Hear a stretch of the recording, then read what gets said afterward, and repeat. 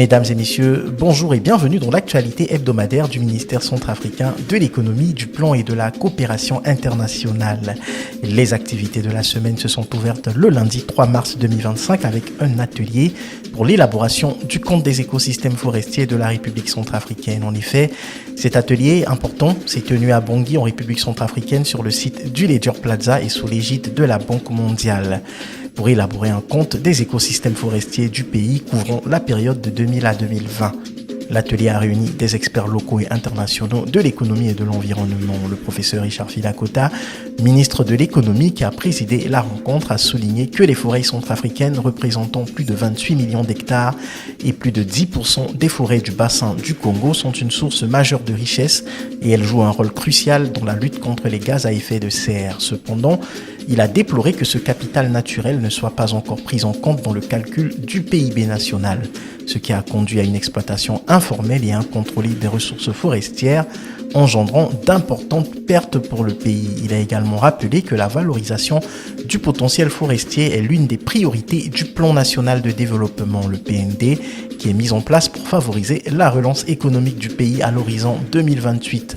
L'objectif de cet atelier était de fournir des données cruciales pour guider les politiques et optimiser l'exploitation durable des écosystèmes forestiers de la RCA. Le mercredi 5 mars, le ministre de l'économie, du plan et de la coopération internationale, le professeur Richard Filakota, a rencontré M. Rasmus Ejandal, le nouveau représentant et directeur pays du Programme alimentaire mondial, le PAM. Cette rencontre visait à renforcer la coopération entre le PAM et le gouvernement. Le ministre a salué l'engagement du PAM en faveur de la sécurité alimentaire et de l'aide humanitaire en Centrafrique, soulignant que le pays, après avoir traversé plusieurs crises, est désormais en voie de stabilisation grâce à la vision politique du président, chef de l'État, Faustin Archange Touadéra.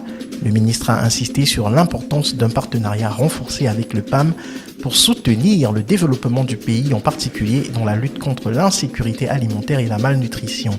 Il a évoqué la nécessité de renforcer le capital humain pour catalyser le développement dans le cadre du plan national de développement, le PND 2024-2028.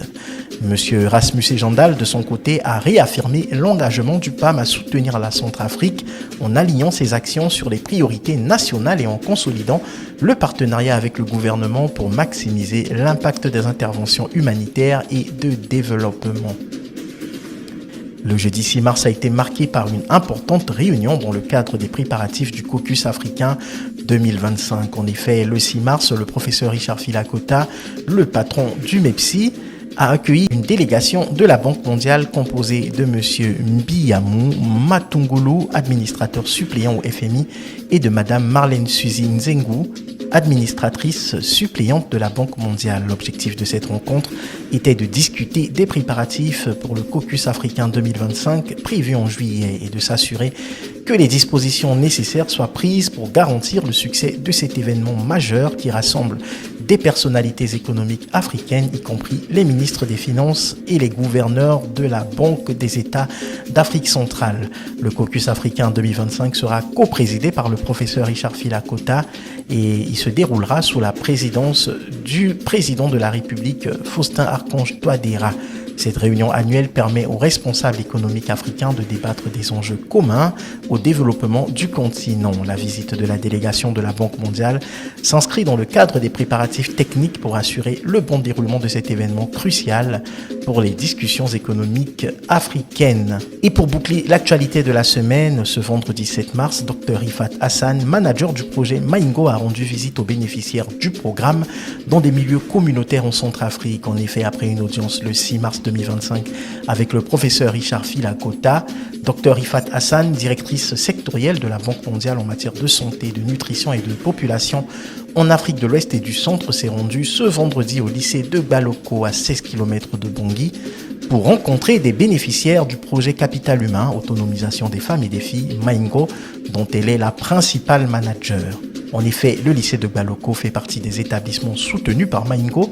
Il y a quelques semaines, l'équipe du projet s'y était rendue pour distribuer des kits de dignité aux filles.